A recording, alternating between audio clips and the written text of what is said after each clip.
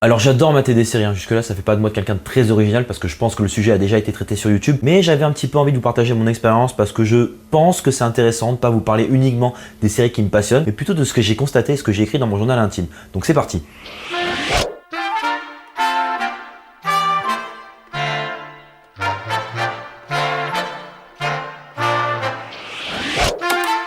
Quand je mate des séries, je pense principalement à un moment donné aux propriétaires de comptes familiaux. Je vais la faire très courte. Aujourd'hui, regarder des séries, ça se résume à Netflix. C'est la fameuse plateforme de streaming où vous avez à peu près toutes les séries. C'est la fameuse plateforme où il faut avoir un abonnement. Ouais, et il faut payer, ouais. Je vous donne cette petite information pour tous ceux qui pensent que c'est gratos, c'est-à-dire 4/5 de la population Netflixoise, c'est-à-dire les heureux bénéficiaires des comptes familiaux. C'est d'ailleurs cette même population qui n'hésitera pas à vous envoyer un petit message pour savoir comment ça va, vite fait, et puis après ils vous demandent le nouveau mot de passe. Allô, Will? Ouais, c'est Pierre, yes, c'est quoi le mot de passe? Yes, l'amitié, ouh, les bons comptes Netflix font les bons amis. Du coup, j'aimerais bien en profiter et rendre hommage à tous ceux qui payent. J'aimerais bien vous remercier en fait pour cette bienveillance que vous avez à l'égard de tous ces utilisateurs. Vous êtes exemplaires, vous êtes des leaders, merci. Vous êtes l'élite de Netflix. Bon, je suppose qu'il y a des moments où vous parlez de séries entre potes, genre à table, en fin de repas, je sais pas, par exemple. Et il y en a toujours un qui demande genre, toi tu regardes quoi en ce moment? Bah écoute, moi j'ai découvert une série hier soir, c'est The Handmaid's Tale, en fait, ça raconte l'histoire. Ah ouais, j'ai tout vu la semaine dernière, c'est du lourd, hein. D'ailleurs, si t'as aimé, moi je te conseille une série qui s'appelle Westworld, franchement c'est carrément trop bien, c'est trop génial. Et en plus, si tu veux aller encore plus loin, bah, je te conseille The Man in the High Castle, parce que c'est la meilleure série que j'ai vue ces 2 dernières années. Après, je te dis tout ça que si t'as maté la dernière saison de Game of Thrones, même si je la trouve éclatée, franchement, je veux dire, l'auteur du livre, il aurait carrément mieux fait, carrément mieux écrit quoi. Alors attends, premièrement tu me demandes ce que je regarde et tu me coupes la parole. Je te parle d'une série que je regarde moi et toi tu m'exposes ton univers de geek de merde là. Deuxièmement, tu me conseilles des séries sans argumentation, tu me dis juste que c'est très bien. Et troisièmement, tu craches sur Game of Thrones alors que ça fait des années que tu me fais chier en me disant que c'est la meilleure série du monde. À un moment donné, j'aimerais bien que tu saches un peu. Quatrièmement, je t'emmerde. Donc si jamais dans votre entourage vous avez une personne comme ça, bah faites-lui comprendre quand même que la série télé a pris une place trop importante dans sa vie et que vous remettez votre amitié en question. Déjà que le téléphone portable c'est un peu l'extension de notre corps, alors si les séries télé prennent le dessus, c'est pas fini quoi. À la base, moi je viens d'une époque où il y avait que 6 chaînes de télévision et des horaires précis pour regarder des séries.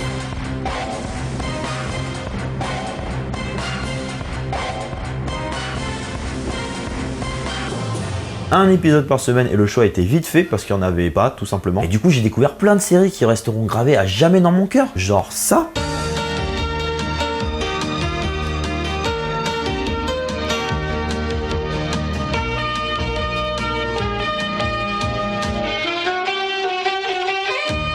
Ou ça.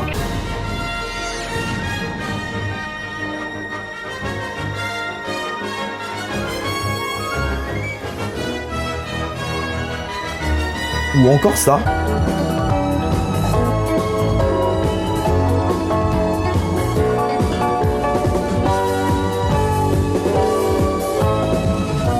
En vrai aujourd'hui moi je suis hyper frustré d'avoir le choix parce qu'en fait il y en a trop. Faut limite un agenda pour caler telle ou telle série. Je suis sûr qu'il y en a plein qui le font là. Et puis c'est hyper chiant d'envisager ce que vous allez regarder. Ça en général on s'en rend compte après 45 minutes, soit plus ou moins la durée d'un épisode. Faudrait fixer une sorte de délai très court là pour savoir ce qu'on va regarder en fait. Comme une pause déjeuner, je veux dire t'as qu'une heure pour bouffer, tu vas pas passer ton temps à choisir. Je veux dire à la fin si tu choisis pas tu manges pas. Vous finissez par lancer un truc un peu random en espérant que ce soit pas trop une merde. Parce que si c'est de la merde, eh bien vous avez vraiment l'impression de perdre votre soirée. Donc j'ai une idée par rapport à tout ça. Mon conseil en fait c'est pas choisir. Je vous conseille de suivre là comme ça machinalement ce que vous conseillez à votre pote. Déjà, si c'est de la merde, bah, ce sera pas de votre faute. Hier, tu m'as conseillé une série, là, j'ai regardé le premier épisode, franchement, j'ai maté, c'est vraiment de la merde, hein. T'as vraiment des goûts de shot, hein. Et quand vous êtes deux devant l'écran et que vous savez pas quoi mater, bah, laissez l'autre choisir. Ça lui fera plaisir en plus. Ça reviendra au même finalement, parce que si c'est de la merde, ce sera pas votre faute.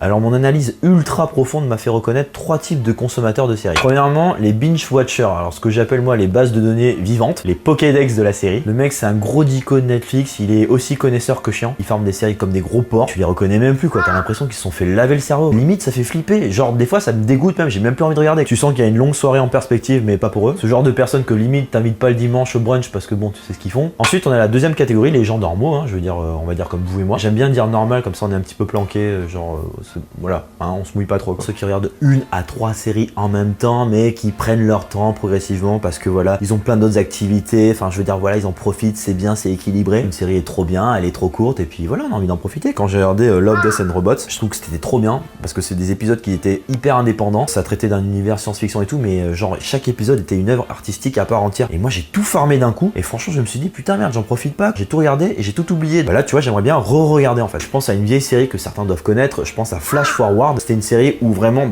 le monde s'arrête pendant 120 secondes et pendant ce laps de temps, tout le monde voit l'avenir en fait. Et du coup, je trouvais le concept chambé et il y a eu qu'une saison, tu vois. Et là, je me dis, c'est dommage parce que j'ai torché ça trop vite. Et en plus, il n'y a pas eu de suite, quoi. Bref, je veux pas m'étaler sur le sujet, mais vous avez des activités autres que regarder des séries, hein. Par exemple, se lever du lit, s'asseoir ailleurs que sur le canapé, éteindre l'ordinateur, faire les courses aussi, hein. C'est quand même vachement plus sympa avec des popcorn. Travailler, oui, monsieur, pourquoi pas. À la limite, hein, faire du sport, mais là, c'est peut-être un peu trop là. Et après les gens normaux, il y a la troisième catégorie qui sont les gens qui ne regardent pas de séries. Et du coup, j'ai pas trop grand chose à dire dessus parce que je me demande ce qu'ils font de tout ce temps libre, quoi. Qu'est-ce qu'on s'ennuie. Mais ces gens-là, là, vous existez vraiment? Parce que si vous existez vraiment, dites-le moi vraiment, en fait. Mais je pense que je le saurai jamais parce que vous regardez même pas mes vidéos.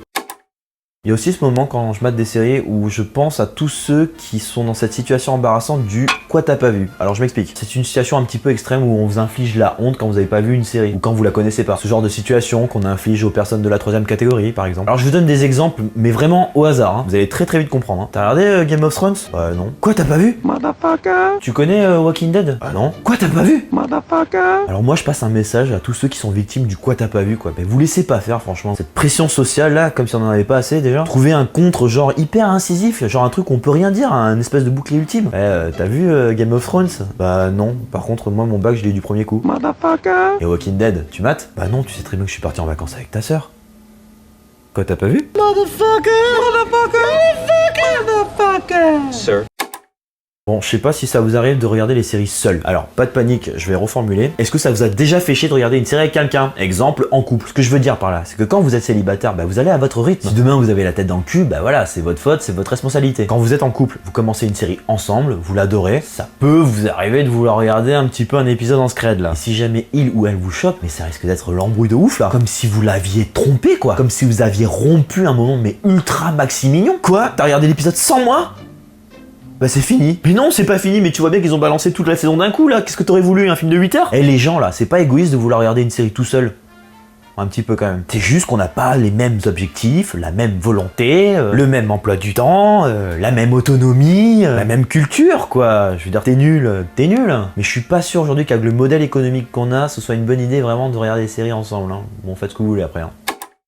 C'est vendredi, vous avez passé une semaine de merde, vous attendez qu'une seule chose, c'est d'être sur votre canapé avec un plateau repas devant votre télé, devant votre série préférée avec un temps de merde de préférence, comme ça c'est plus kiffant. Et là, vous tombez sur ce message. Your Netflix account is in use with too many devices. Please stop playing on other devices to continue. Quand ça arrive, le seul truc positif que j'ai à vous dire, c'est que c'est pas pire qu'une mauvaise connexion. Je veux dire, là, c'est pas votre faute. C'est quand même chiant de devoir envisager d'upgrader son compte pour avoir quelques écrans de visionnage supplémentaires. Bon, vous vous doutez bien que c'est pas pour regarder un épisode de Rick et Morty en Ultra HD 4K. Ça n'a aucun intérêt. Je me vois mal envoyer un message à mon pote, genre, arrête de regarder, c'est mon tour. Horrible d'interrompre un visionnage en cours alors que c'est trop bien ce que vous regardez. J'ai pas envie d'infliger aux autres ce que j'ai pas envie qu'on m'inflige. Mais il y a un truc qui est pire que tout ça, c'est quand vous partagez votre compte et que l'utilisateur il va sur votre profil. Et là vous voyez des trucs, on commence à vous recommander des choses qui ont rien à voir avec ce que vous aimez. Vous êtes hyper fan de science-fiction et puis là on vous suggère bizarrement un documentaire sur les vers de terre. Bah ça c'est chiant ça, parce que ça fout la merde dans les suggestions, dans l'historique et dans les recommandations. Et ça va pas aider à choisir plus vite parce que c'est déjà un problème de choisir. Allez dans votre espace dédié quoi, pas dans le mien. C'est comme quand vous allez aux toilettes et que vous voyez ce message là, veuillez laisser cet endroit aussi propre que vous l'avez trouvé. Bah moi j'aimerais bien mettre ça sur mon profil.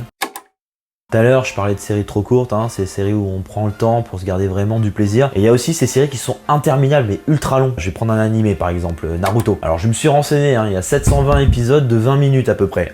Ce qui fait donc 14 400 minutes que je divise par 60 pour avoir le nombre d'heures que ça fait, c'est-à-dire 240, soit 10 jours pour tout mater. Sans générique, sans pisser, sans dormir, sans manger, sans vie quoi en fait. Et pourtant c'est pas l'envie qui me manque quoi. Ça fait plusieurs fois que je me dis putain mais il faut vraiment que je commence quoi. Mais à chaque fois je trouve une excuse pour aller au cinéma. Parce que là au moins je sais que c'est fini dans 2 heures et que l'épisode suivant arrive pas dans 4 secondes.